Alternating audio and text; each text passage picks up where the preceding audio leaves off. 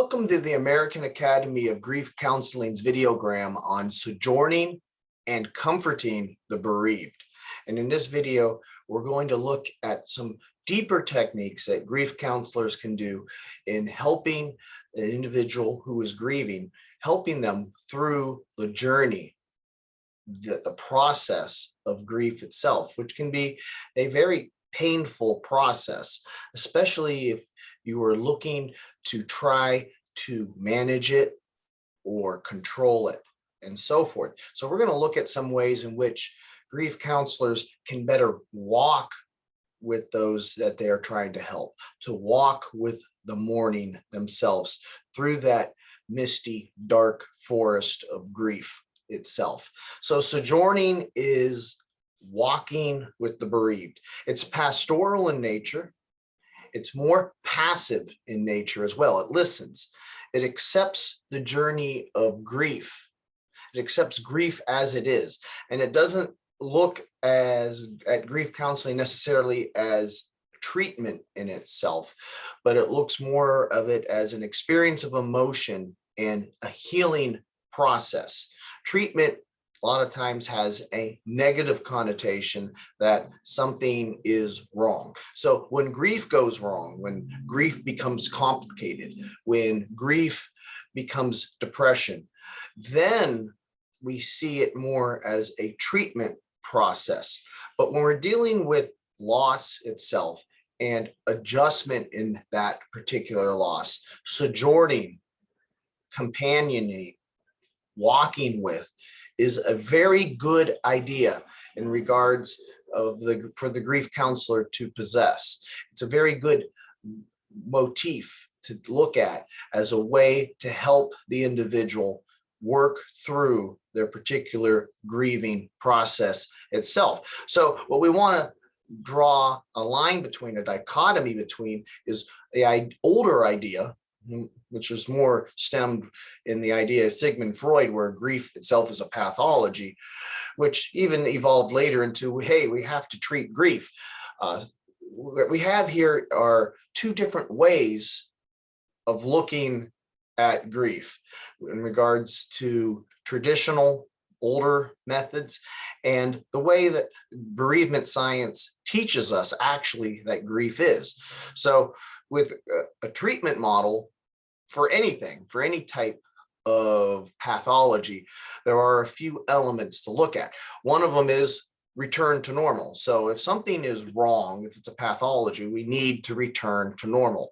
We need to return it to the way it was. But with grief, there is no going back. Once you lose something, it's gone. If you lose a parent or a loved one, a spouse, a sibling, there is no returning to normal. The only way to return to normal is for that person to reappear and to be alive again.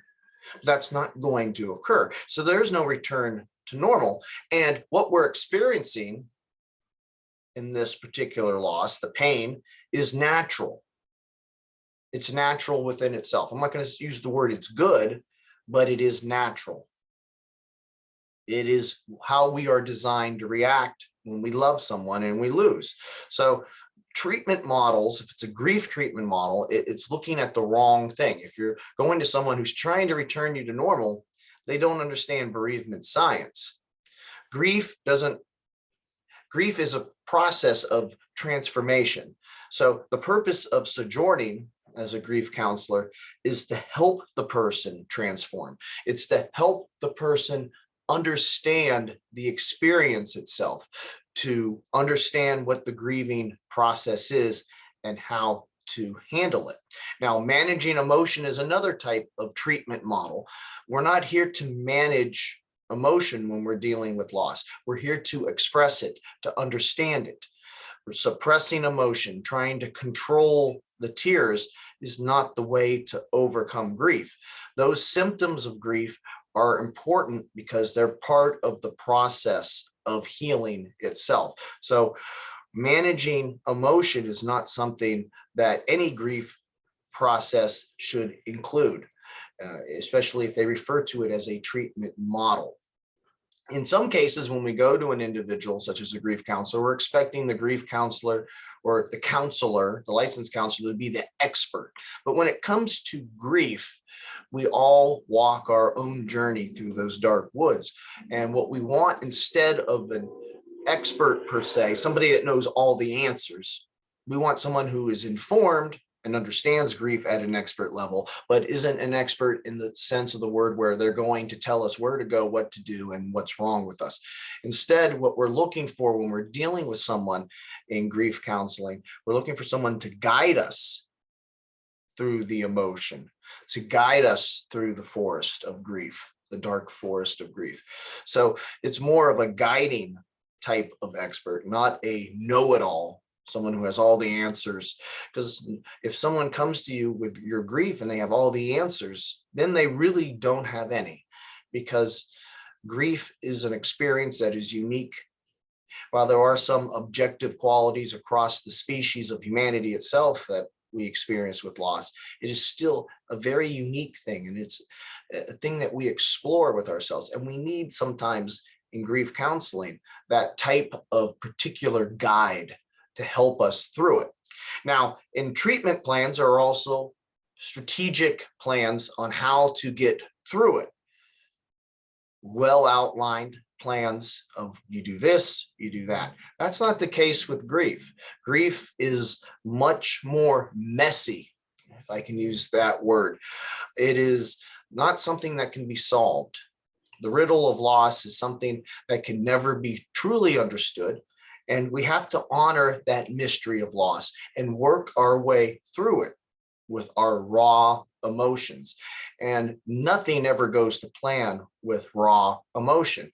Instead, we work our way through it day by day, and we understand certain steps of the process. But we also understand that there is truly no plan, that there's truly no, and this is a word that shouldn't be used with grief, recovery. There is no true recovery in grief. There's adjustment. And through support, we're able to walk through this process and come to understand ourselves better, and also to understand what the grieving process is. Also, with a treatment model plan, we get a quality of care. Well, how was the quality of care? Was the grief managed? Was the grief dealt with? Well, with quality of care and dealing with grief counseling, was the grief able to be expressed in a healthy way? Not necessarily were the symptoms managed. Now, if you're dealing with depression, seasonal depression, major depressive disorder, bipolar, then we're looking to manage emotions, because we're no longer dealing with basic grief and loss. We're dealing with a pathology. But in regards to grief itself and loss itself, natural grief, quality of care is determined by how well the counselor was able to walk with you, sojourn with you, and help you to express your emotion in a healthy way, so that transformation occurred, healing occurred itself. So when we look at grief, we can't look at it as a pathology with a treatment plan, a grief treatment model. And if you're going to someone that has that type of modeled plan, then you might want to consider seeing somebody else, someone who understands that grief isn't ordered, it's chaotic, someone who understands that grief, though chaotic, is still natural and not in itself a pathology, something that needs cured or suppressed in itself. Some qualities and tenets that a grief counselor who is sojourning and walking with someone, companioning with someone, needs to look at. Being present, I list as a first point, and we get this from Companioning the Grieving. It's one of our textbooks for one of our grief counseling courses, GC 565. And in it, the person, the sojourner, whether you're a grief counselor or not, is present. You're present for the person's emotional wound, their loss itself. You're there not to remove the pain, but to witness it, to be present for it. And in that comes listening. Listening more than speaking itself.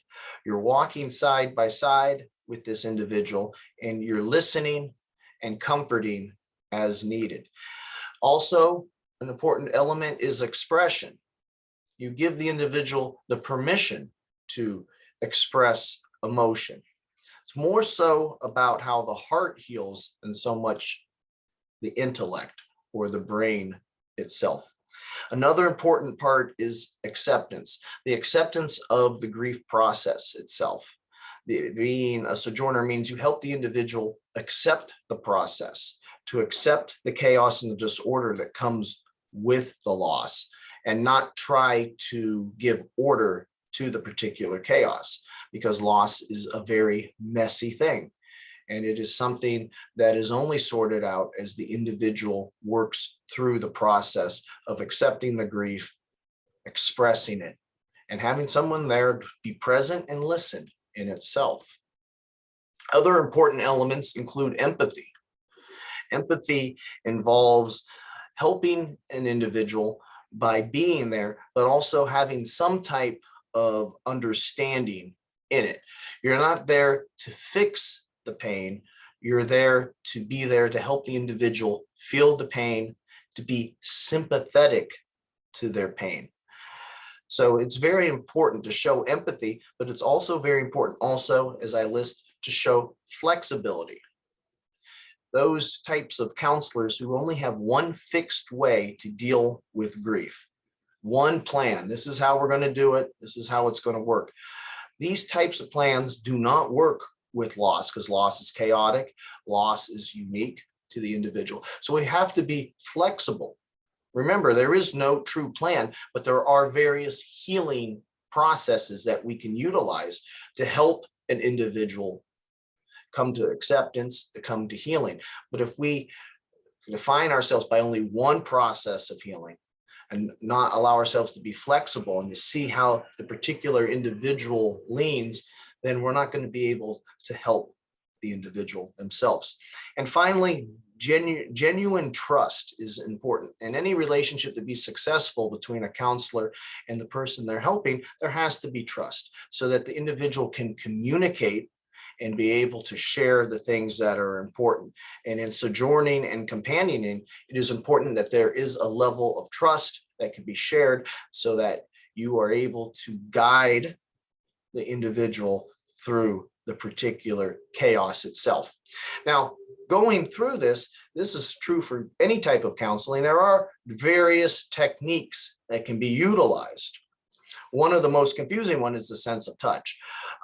Touch through a hug or a tap on the shoulder can be a truly tricky divide. If you are a friend, it's much different. But if you are a professional counselor, these are things that need to be avoided because they can give the wrong signal. Maybe the person's uncomfortable being touched by someone that is not family or friends, or maybe you give the wrong signal and they want to reciprocate this type of touch. So it's very important as a professional, licensed counselor, or just a certified counselor, never to touch a client in such a way, even though it's so tempting. The empathy's there. Now, if you're a friend and you're talking to someone who's sad, it's a different story. Maybe in pastoral situations, it's a 50-50 situation, because even ministers and priests can get in trouble if they inappropriately or mistakenly give a hug that was not needed at that particular moment. So it's best, if it's not a friend or family, to keep the hands off, even though if you're working with someone, you might feel the emotion within you to push towards that. That's something that we want to avoid. Other techniques, mirroring statements. These are ways that we can help an individual hear what they're saying. So if you repeat what they say, then they can hear it. And sometimes hearing it helps them. So if someone feels that they were the cause of death of an individual and they have this type of insane guilt, you repeat it so they can hear sometimes the absurdity of what they're saying. And it helps them think again, well, this can't be true. And by repeating, it also opens the dialogue deeper to be able to go into things to help the individual get past that state of denial. Because the more they hear it, the more they're able to eventually accept it. Permission to express is another technique that we give. An individual should feel free to express their emotion within counseling. Tears are encouraged if so, or if not. But we have to be prepared for other emotions to come out, anger and so forth. And if you're a minister or in religious orders, there could be a lot of anger towards God or anger towards the particular church.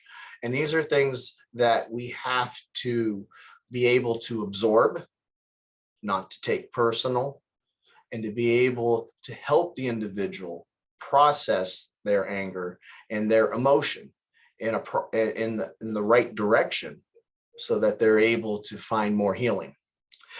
Comfort in sadness is important.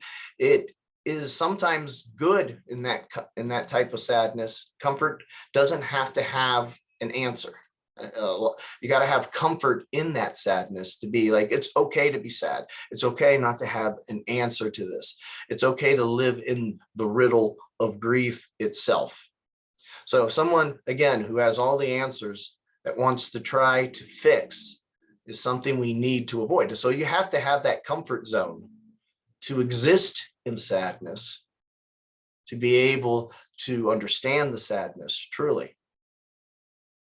You can't have an answer for everything because there aren't answers for everything. It's a process. It's a process really of experience in itself.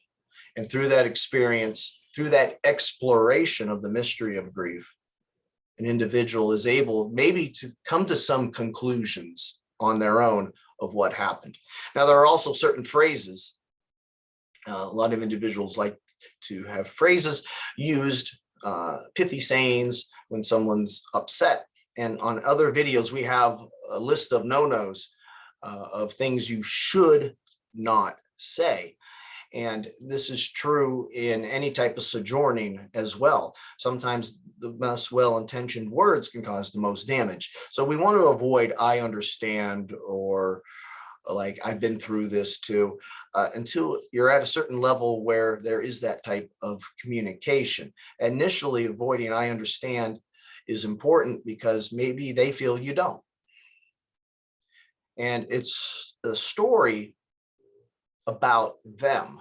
So phrases that kind of put you in the spotlight and take away from their story, or phrases we want to avoid. We want to deal with their trauma, their loss. So we want to keep the story about the bereaved so that we can help them cycle through. Later, maybe a discussion, if they are open to it and they ask, you can utilize. But initially, it can be kind of damaging to the relationship itself.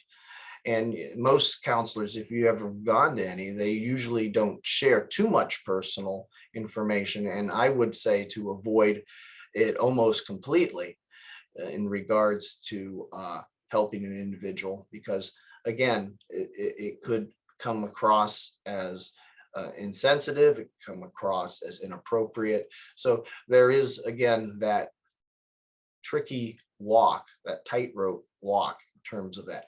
But certain phrases can definitely send a session the wrong direction. And as grief counselors going through all of our courses, we've definitely outlined, also in some of our videos, outlined things you should not be saying, even though they're well-intentioned and so forth.